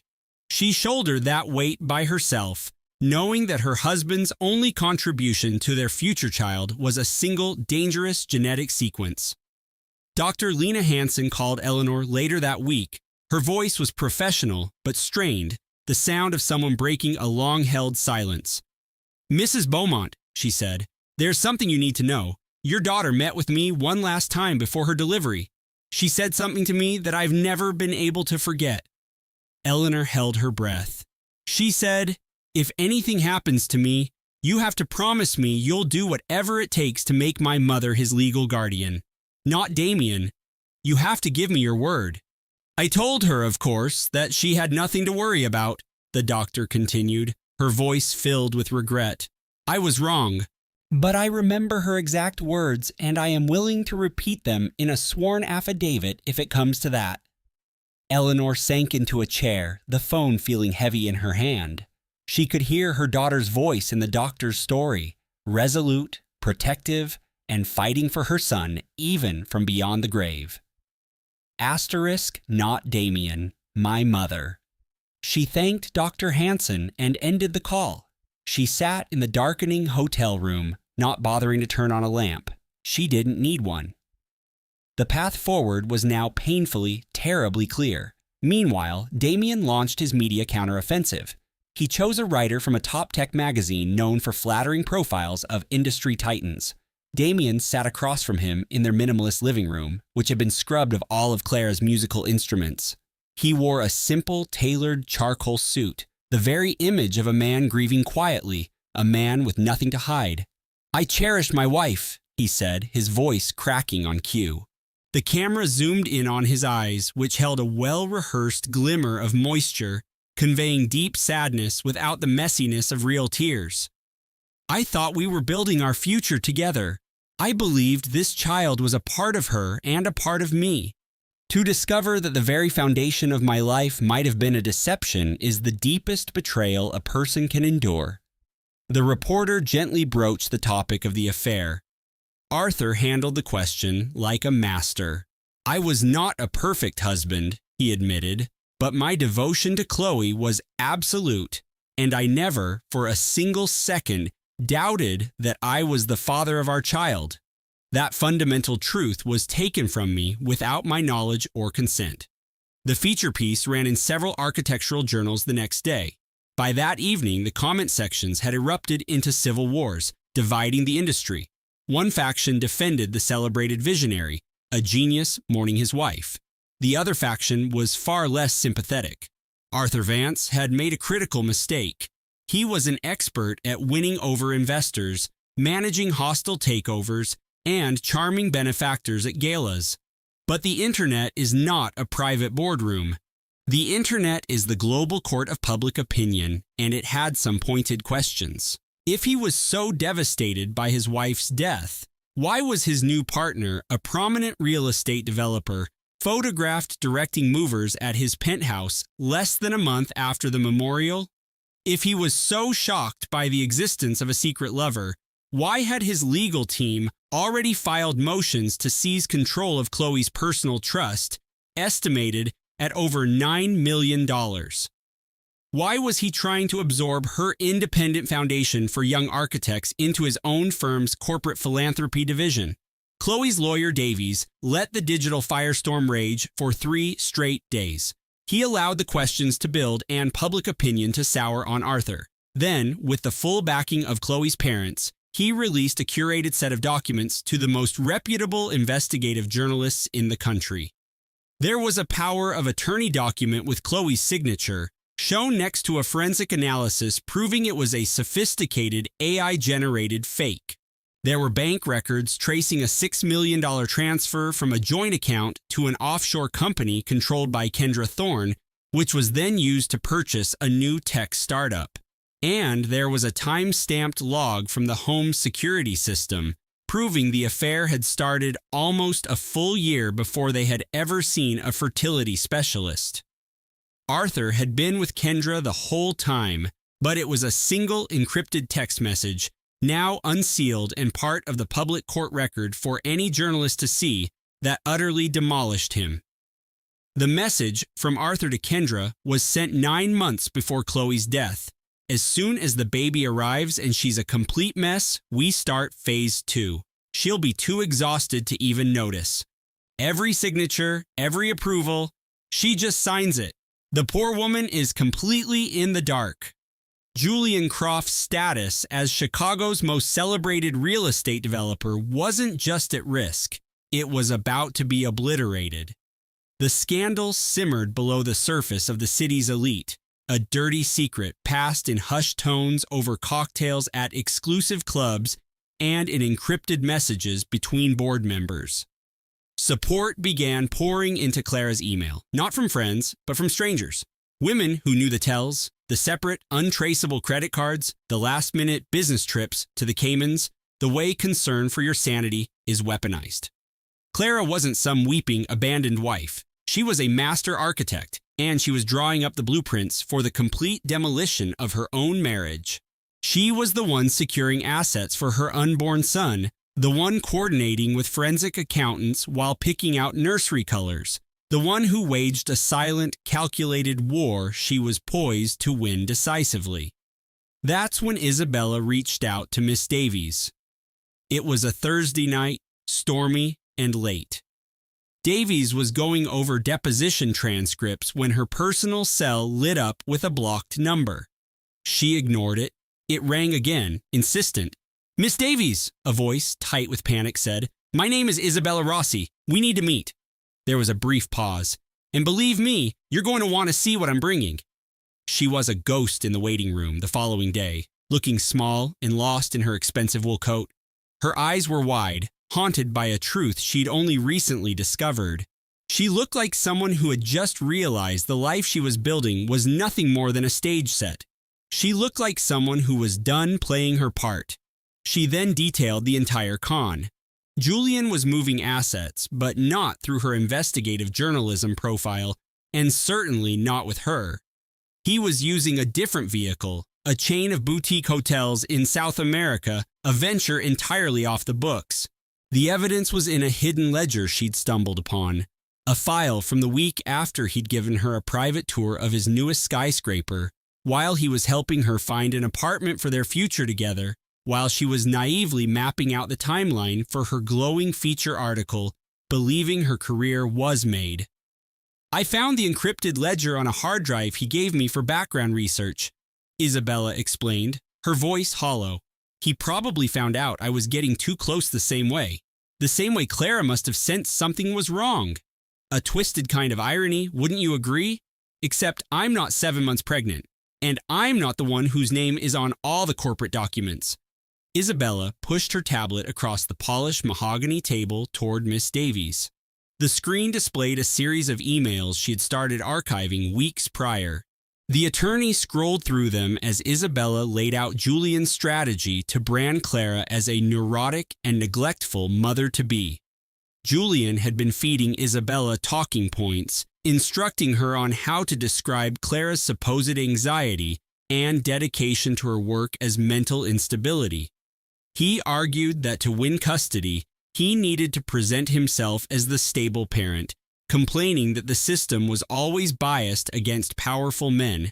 And then she revealed the final, catastrophic detail, the piece of information that made Miss Davies physically recoil from the tablet. "He promised me I'd be the woman who helped him build a legacy," Chloe said.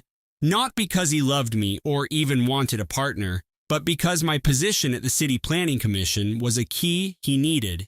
It's the same way he saw Lena, as a prestigious credential, a brilliant architectural historian whose sterling reputation made him look like the dedicated preservationist he pretended to be." Miss Vance studied her for a long moment. "And what is it you're looking for now?" she finally asked. Chloe's eyes were bright with unshed tears. She stared at the polished mahogany of the table, at the encrypted tablet Marcus had given her, the very device containing the zoning overrides that Lena's own forensic analyst had been trying to track down. "I'm not some innocent victim in this," she admitted, her voice unsteady. "I'm not blind to the part I played. I knew he was married. I let myself believe he was stuck with a cold academic who cared more for dusty books than for him, the most cliché lie a man can tell. But I never knew about the shell corporations. I had no idea he was using my permit approvals to launder the money he was getting from bribed city council members. I didn't know he was systematically forging historical documents to get fraudulent grants for a massive resort project, all while his wife was pregnant with the child he made me think he wanted with me." She pushed the tablet across the table. "I honestly thought he was creating a future for us. I was a fool about that, too." Miss Vance slid the tablet closer, examined the custom security casing, and then met the younger woman's gaze. "Are you willing to provide a sworn deposition detailing all of this?" she asked. 100%, she answered, under oath, in a courtroom to a federal prosecutor. Whatever it takes. Lena got the call from Miss Vance later that evening. She stood in the drawing room of her restored Charleston home, listening to the news without a single word. "I have absolutely no interest in making her feel better," Lena said at last. "Let's be crystal clear on that point. She had an affair with my husband. She helped him forge the documents he was using to destroy the very history I have dedicated my life to preserving. She happily planned a future that was being financed by my own family's trust fund. That is a level of betrayal that cannot be excused." "I understand completely," Miss Vance replied. "But if her testimony is what guarantees he ends up in prison," Lena went on, "then I will use it. My grandfather was a historian. He taught me to use every primary source you can find, no matter how tainted it is." That weekend, Lena walked into the nearly finished nursery. It was the first time she'd been in the room since she found the forgeries. The high-resolution scanner she'd been using for her research had flagged a file anomaly, revealing a ghost layer in a city blueprint labeled Demolition Overrides, a digital trail leading right back to Marcus's private server. Lena could never bring herself to delete the file, that single piece of data with his digital signature, the cold proof of a man who had fully intended for his pregnant wife to be the one who took the fall. For 2 hours, she sought refuge among the towering oaks and vibrant azaleas of the city park. She passed the quiet duck pond and the very bench where she and a young Clara used to sit, where Clara would sketch out elegant code on a napkin, calling them road maps for thinking machines. She would block out the image of the courtroom. She would block out the image of Julian. She refused to let her mind drift to falsified research data, to investment fraud, or to encrypted hard drives. The parenting books said the baby was too young for a genuine laugh, but Eleanor heard one anyway, a tiny, sparkling sound, like a bubble of pure happiness breaking free. She walked for 2 hours and did not look at her phone a single time. The final session was held on a Tuesday in courtroom 4. The same quiet hum of the ventilation, the same faint aroma of floor polish, the same terrazzo floors. But the feeling in the air was different. The silence was substantial, thick, with an anxiety that felt like the coastal fog before it swallows the city. Eleanor wore the simple gray dress again, the one Clara had loved at a museum gala. Around her neck, she wore a tiny, discreet, solid-state drive on a platinum chain. It contained Clara's last, staggeringly brilliant piece of work. Julian arrived by himself. He had let his expensive legal team go. His replacement was a young lawyer who was obviously in over his head and seemed completely intimidated by the entire process. Julian's father, a titan of the software industry, was not present. He had apparently severed all ties after the story broke on a major tech journal, after the incriminating information was leaked, after his family's name became linked with words like deceit, corruption, and betrayal. Miss Albright started the presentation. It was digital, chronological, and absolutely devastating. The AI ethicist's life's work, a private, time-stamped blockchain ledger, appeared on the monitors around the courtroom. The investment scheme, the forged digital signatures on intellectual property documents, the network of holding companies used to buy a secret Napa Valley estate, the methodical draining of a generational trust. Every piece of evidence was a permanent dated block in a chain that could not be broken. Perhaps Miss Albright had picked up that kind of precision from Clara, or Clara from her. Either way, the case was built like one of Clara's own programs, multi-layered, interconnected, perfectly logical, and impossible to compromise. The DNA results, the digital paperwork from the fertility center, the donor contract signed only by Clara, the sworn statement from her doctor, and the encrypted video diary where she detailed her choice to have a child on her own. Next, it was Sophia's turn to testify. She went to the witness stand, her voice steady and strong. She did not shed a tear. She described the affair, its timeline, the saved voice messages about the future they would supposedly have, the recordings of Julian planning how to handle Eleanor, and the stunning moment when she found out another woman was also part of his life. "He was never in love with me," Sophia said clearly. "He was never in love with Clara. He isn't in love with that baby. He is in love with the idea of Julian Croft, the visionary investor with the genius wife and the flawless life. All of us were just holdings in his portfolio, and when a holding becomes a risk, he liquidates." Julian's new attorney tried to cross-examine her. It was short and pointless. The digital proof was too conclusive, the timeline too exact, the encrypted evidence trail too clear. Dr. Sharma gave her testimony next, remembering Clara's instruction. "If I'm ever not here, you make sure my mother raises my baby." She said it exactly that way. The statement required no further explanation. Clara's mentor from her graduate program described the change in his former student's personality, the hushed phone calls, how her joyful laugh had disappeared, the famous AI ethicist who began to skip major industry conferences. He was the friend who now regretted not reaching out more. The court-appointed guardian delivered her findings. She had spent 4 weeks interviewing everyone involved, inspecting both residences and observing the infant with Eleanor and with Julian. Her suggestion was unequivocal. The child's welfare is best protected by giving sole legal guardianship to her maternal grandmother, Eleanor Vance, Mrs. Vance offers consistent, nurturing, and stable care. Mr. Croft has displayed a pattern of deep deception, professional misconduct, and a personal creed that does not put his child first. The judge took 2 hours to decide. For 2 hours, Eleanor sat on a hard hallway bench, her gaze fixed on the opposite wall, her hand gripping the drive around her neck as she concentrated on every breath she took. Clara's old roommate from college paced the hall, his shoes making a nervous rhythm on the tile. Her former professor sat next to her, holding her hand. He said nothing. He understood that no words were necessary. A long friendship with Clara had shown him that the women in this family did not need cliches. They needed solidarity. The bailiff summoned them back inside. The courtroom rose. The judge came in, sat down, and organized her documents. She put on her reading glasses. In the matter of the guardianship of Olivia Vancecroft, the judge started, this court has determined the following. Eleanor's heart pounded in her chest. She could feel the frantic beat in her neck, at her temples, a wild pulse against the room's complete silence. Full and sole legal and physical custody is granted to Eleanor Grace Vance. Eleanor pressed her eyes shut. She did not make a sound. She did not cry. She simply closed her eyes and allowed the words to settle deep within her.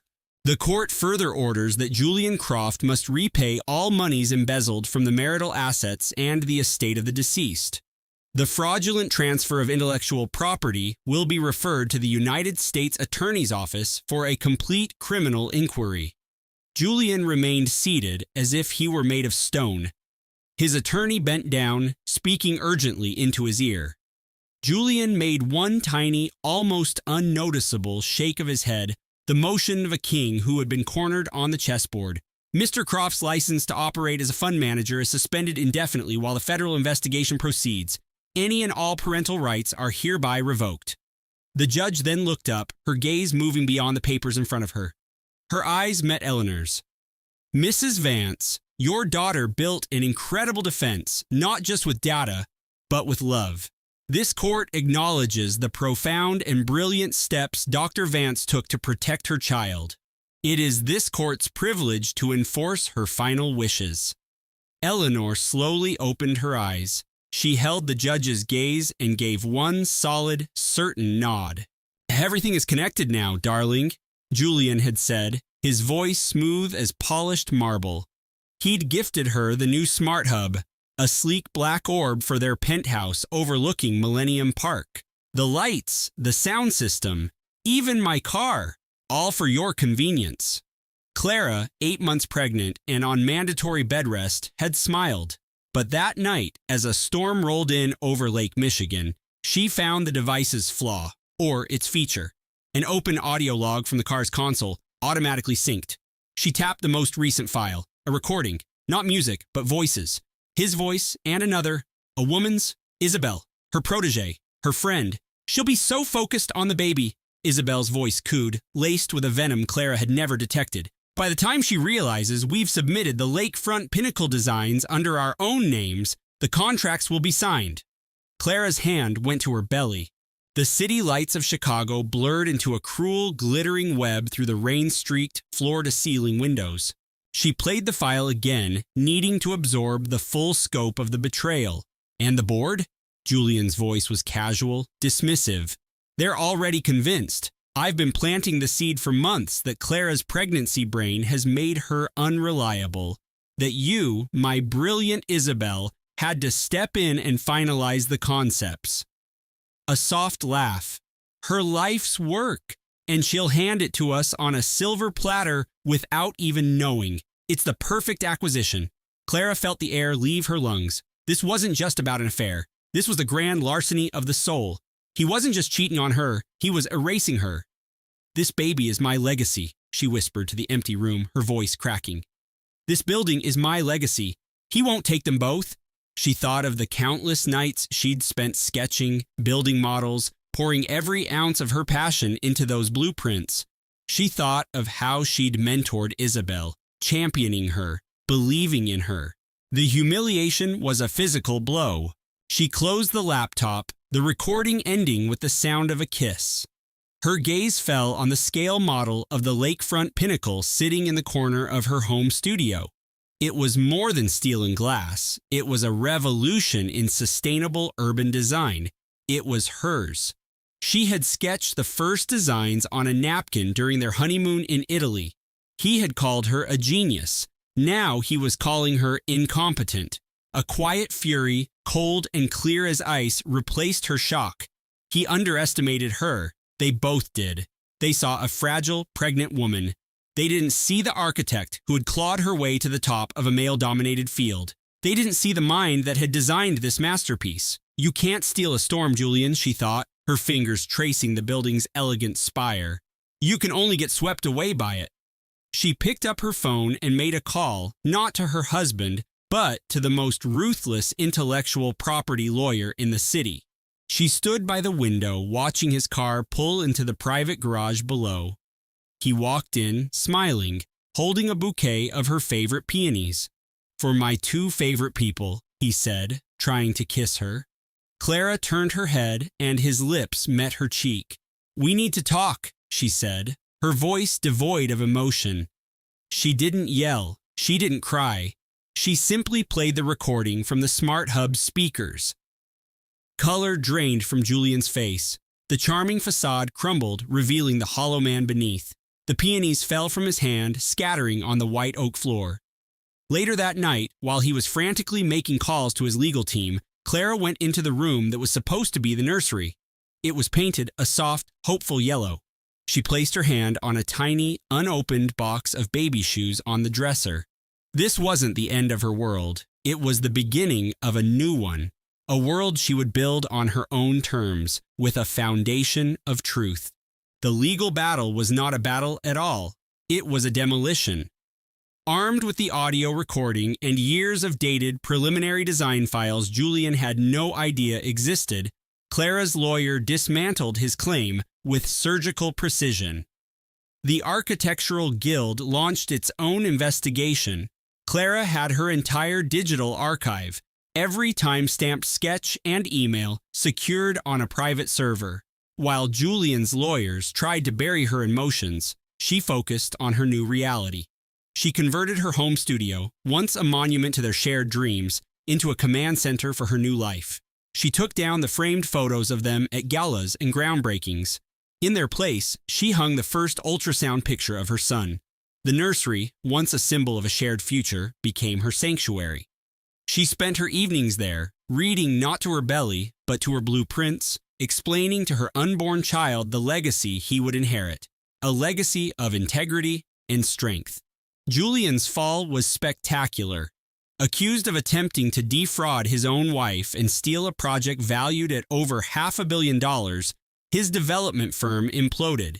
Investors pulled out, partners defected, and the board of directors demanded his immediate resignation.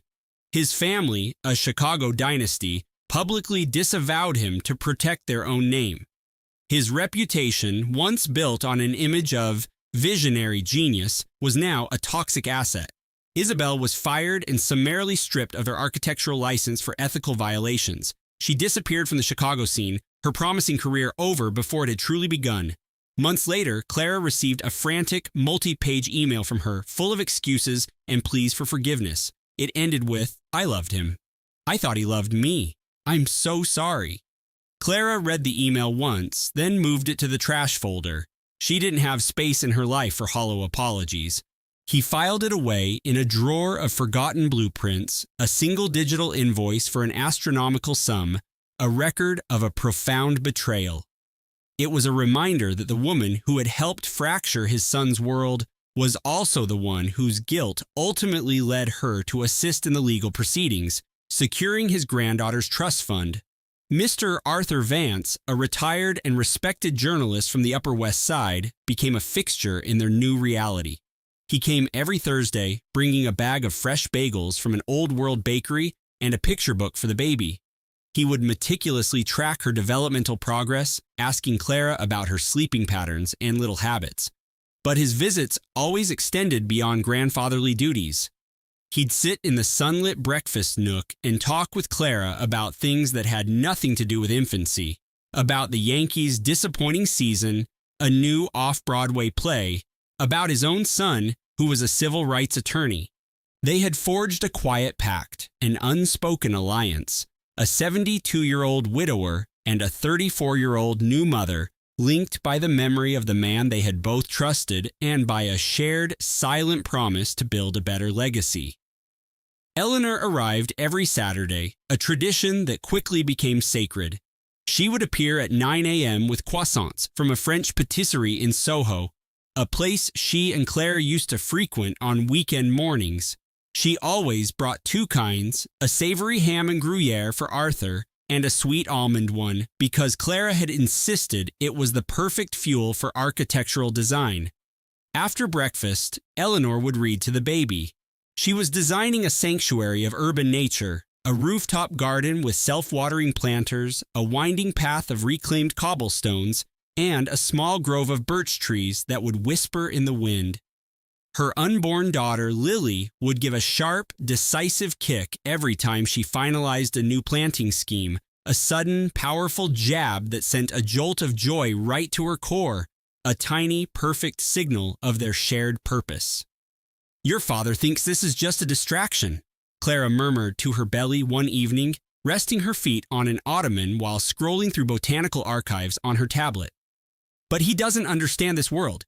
He sees data points and user engagement, but we see the way the moonlight hits the leaves. I'll make sure you always see it."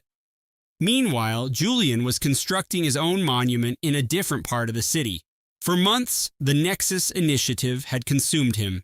He'd come home from his tech firm and stay glued to his monitors deep into the night, running simulations until the sun rose over the East River.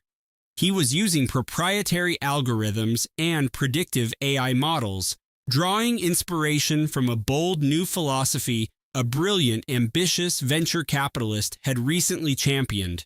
The entire user interface was designed around a sleek, intuitive gesture he'd first seen demonstrated at her firm, a concept Isabel had called instinctive connection. This project wasn't for his daughter, not in any real sense. At 7 months pregnant, Clara was still assembling a crib. This was for the man he was desperate to become. For the magazine covers, the industry awards, the next billion-dollar valuation.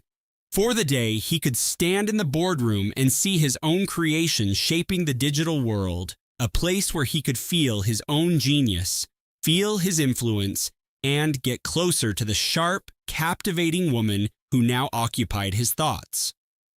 On the project's internal server, he'd saved the final logo design under a single file name, the Sterling Apex. She found it on a cold, rainy Thursday. Clara was standing by the panoramic windows of their Brooklyn penthouse, watching the city lights of Manhattan bleed into shimmering streaks on the glass. A notification on their shared family tablet was the anomaly, a calendar invite that stood out sharply from the usual dentist appointments and dinner plans. He would have told me about a dinner this important, Clara thought, a cold knot tightening in her stomach. He would have said it was a surprise for the baby, Julian explained with an easy grin when she casually brought it up. And Clara forced a smile, a brittle, unconvincing gesture that felt like a betrayal to some part of herself she thought was untouchable. It was a lie she never thought she would hear from him, yet here it was, so casual and chilling, proof that even the strongest foundations could develop a fissure. The following morning, in the quiet after Julian had left for an early meeting and a stillness settled over the apartment, Clara searched the name from the invite, Isabel Vance. She sat in her home office, her body perfectly supported by a chair she'd cherished for years, just the right distance from her drafting tablet to let her ideas flow. The chair was an heirloom from her grandfather's study. She'd had it reupholstered herself one weekend, a meticulous labor of love. Julian had joked about the deep emerald velvet, but she loved its sturdy, timeless feel, which faintly smelled of the old architectural digest on her bookshelf. Clara would sketch, her pen moving in a smooth, confident rhythm, the sound of something real and tangible in the quiet room. She would look toward the nursery down the hall, at the custom mural of the night sky that covered the ceiling, and at the small projector that cast a soft, shifting starfield onto the walls, bathing the space in a warm, golden glow. She had designed the mural based on the star chart from the month Lily was due. A local artist had helped her paint it. The paint cans had arrived 2 weeks ago. She had put up the base coats herself, her hands sure and steady. Lily always seemed to rest low on her left side, a quirk Clara found deeply comforting. The moment she sat down to work, the baby would nestle into place and stay there, incredibly still.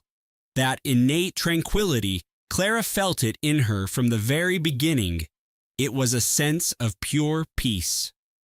She slept soundly within her, her tiny form a warm presence, as if dreaming of future gardens.